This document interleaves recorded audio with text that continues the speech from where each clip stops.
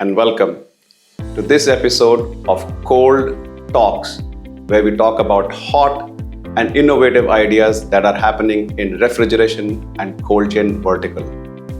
This episode is made by ISHRE, which is the Indian Society for Heating, Refrigerating and Air Conditioning Engineers, and we are talking today primarily for REFCOLD, which is our specific vertical program for refrigeration and cold chain.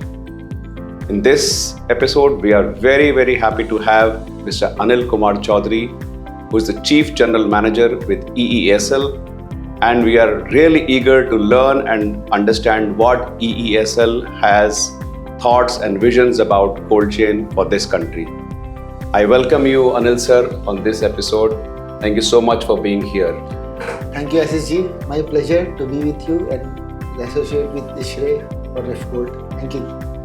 Sir, to start with, we would like to, our audience to know more about EESL, what it stands for, what is the larger picture where EESL works in the Indian panorama. To start with, I will say the EESL is Energy Efficiency Services Limited. This is the company formed by Government of India and whose mandate is to bring and adopt energy efficiency in all walks of life across entire country. By this I mean adoption of technologies which can be socialized throughout the country. For example, we take the example of illumination. As initially we were using incandescent bulbs.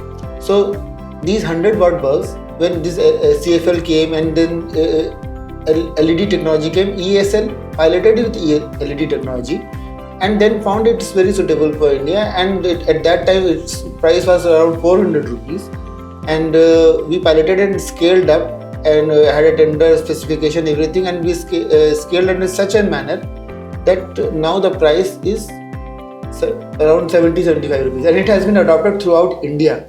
We rolled out tenders of around 34 crores of bulbs and 1.2 crores of street lights. In this way, we aggregate the demand and bring the stringent specification, and India starts producing it, and adoption becomes very easy. And the similar thing has been done in case of motors, and in case of air conditioning, in case of VLDC fan, brushless DC fan has been bought, and various industrial application, in all the various industrial application. And the main fact is that we adopt such technologies which can be adopted throughout India. If some technology is specific to certain sector in certain pocket, then this has a partial interest for us, but because it doesn't have the impact in entire India. When entire India has the potential of adoption, that technology becomes technology of interest to us, because that helps in achieving our net zero aim, which is the aim of government. Very impressive, sir. Very impressive. I think the illumination story is a huge success. But I also understand, sir, that EESL is also paving into the domain of cold chain, and I think some pilot projects have been done, and there is a big thought process that is going. And like you said, you do everything which is scalable to India. So, what is EESL and thought process on cold chain? This again is guided by the mandate of energy saving and energy efficiency for India. This Indian Cooling Action Plan already suggests that by 2031 or so, our energy demand in cooling will be 3 to 4 times. So, will we able to afford to have this 3 to 4 times of energy in the cooling sector? If you go by the entire sector, the India's per capita energy consumption is 1/3 of the world's average per capita energy consumption. If we will become the world's average developed also, then our energy demand will be 3 times of what we need. So can we meet this kind of demand? So we cannot. By demands, by the supply side management, we cannot meet these kind of demands. So we will have to be efficient at the demand side. And then this cooling sector is now in the focus of EESL is already. So we have already brought in air conditioners and fans and various chillers and everything are already there. And now we are venturing into cold chain, and we are already started the pilots also. Cold chain, and the primary reason is why it is there that India is already thinking to erase this post-harvest loss. Post-harvest loss, which is enormous, and which is also when it is this harvest loss is giving rise to this GHG emission when it is getting rotten and all that. So it is giving two-way loss to nation. So means harvest loss is also there, and the environment is also getting degraded. So cold chain is required. So in this case, when the cold chain is required, this will again need energy. There are certain one thing is that you have to make the present system efficient. Another thing is that when you have to envisage that systems are going to come, they are still not there, but when these will be coming, they should be efficient.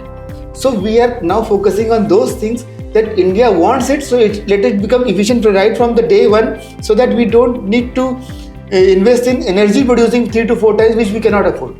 Exciting. So that way we are very exciting. I mean, like, if I see what you did in the illumination sector, and if you follow the same path in cold chain, I can see a lot of innovation coming in cold chain and a lot of investments coming into cold chain. And I think if we are going to do what you are thinking doing on a pan-India basis, I think the whole potential of energy saving and also saving food produced and its nutritional value is humongous.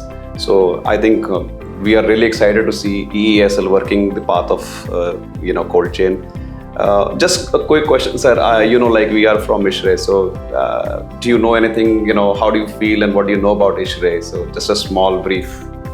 ISRE, as we engineers and those practicing engineers have been always knowing that they are some authority epitome in the cooling sector, heating, ventilation, refrigeration sector. They have authority in that. So they have been publishing various kinds of documents also, books also, and that we have been coming across throughout our professional life. So ISRE is a very well known for everyone, those who are in the connect of engineering projects and all this. So when EESL has already entered into cooling sector and has already entered cold chain, and especially in the cold chain sector where potential is enormous. I will talk about the example of micro cold storage, which we have just ventured in the pilot stage. So in that case, it is being said that is around less than 1,000 micro cold storages are operational, and the requirement is around more than 2.5 lakhs. Wow, that kind of requirement is there. So means industry has to go to that extent. Wow. And so it means the industry which ISRE is dealing with has a very good promising future. So from 1,000 to 2.5 lakhs. 2.5 lakhs. Oh wow. So that is the huge number. That is the number. So this is the very good news for ISRE, but worry for us just because they will be needing energy for this. So that is why we want ISRE, being such a responsible body and having support of all the cooling sector experts through our industry, they should collaborate and find out the way of having these cold storages in a most efficient manner. For example, through various kinds of stakeholder discussions in which ISRE has been the part, we have come out with the specification. Micro cold storage specification is there, which is solar powered. So energy requirement is met through solar, and they are efficient also, because before putting in renewables, we must become first efficient.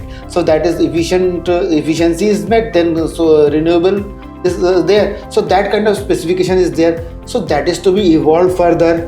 So and who will be the better body to collaborate with? When ISRE is there for this cooling sector only, then why not take the help of that for the national cause? Thank you.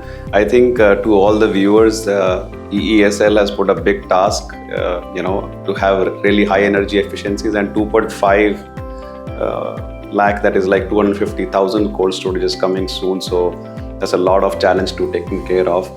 Sir, you also know that ISRE also holds annual program conference and expo which is called REFCOLD. And the next REFCOLD is happening in Delhi within the 18th, 19th and 20th of September. You have visited REFCOLD earlier also, sir. And this year we want EESL to be present there. But how do you think events like REFCOLD are important in terms of what knowledge dissemination and EESL thinks about the cold chain industry? Like, is there energy synergy between expos like REFCOLD? Yes, I have visited this REFCOLD event in Calcutta this year, and I've seen how industries are participating and how well the interactions are going in these kinds of forums, and this is especially dedicated to the cold chain sector. Most of the events are dedicated to cold chain sector, so that way it is very much important for ESL also to be part of it, so that we can also meet all kinds of stakeholders in the process. And ISRE being one of the very good authority to have all the stakeholders on board and industry on board, industry experts on board, and when ESL will be also there, so we will be able to spread the message how ESL is going to transform the market in the cooling sector, how it is aiming on, and what is the vision of government which ESL is going to serve, because net 2070 is to be met by all the field. Correct. So that when all the fields will synergize, then only these kinds of effort, then these kinds of aim can be fulfilled.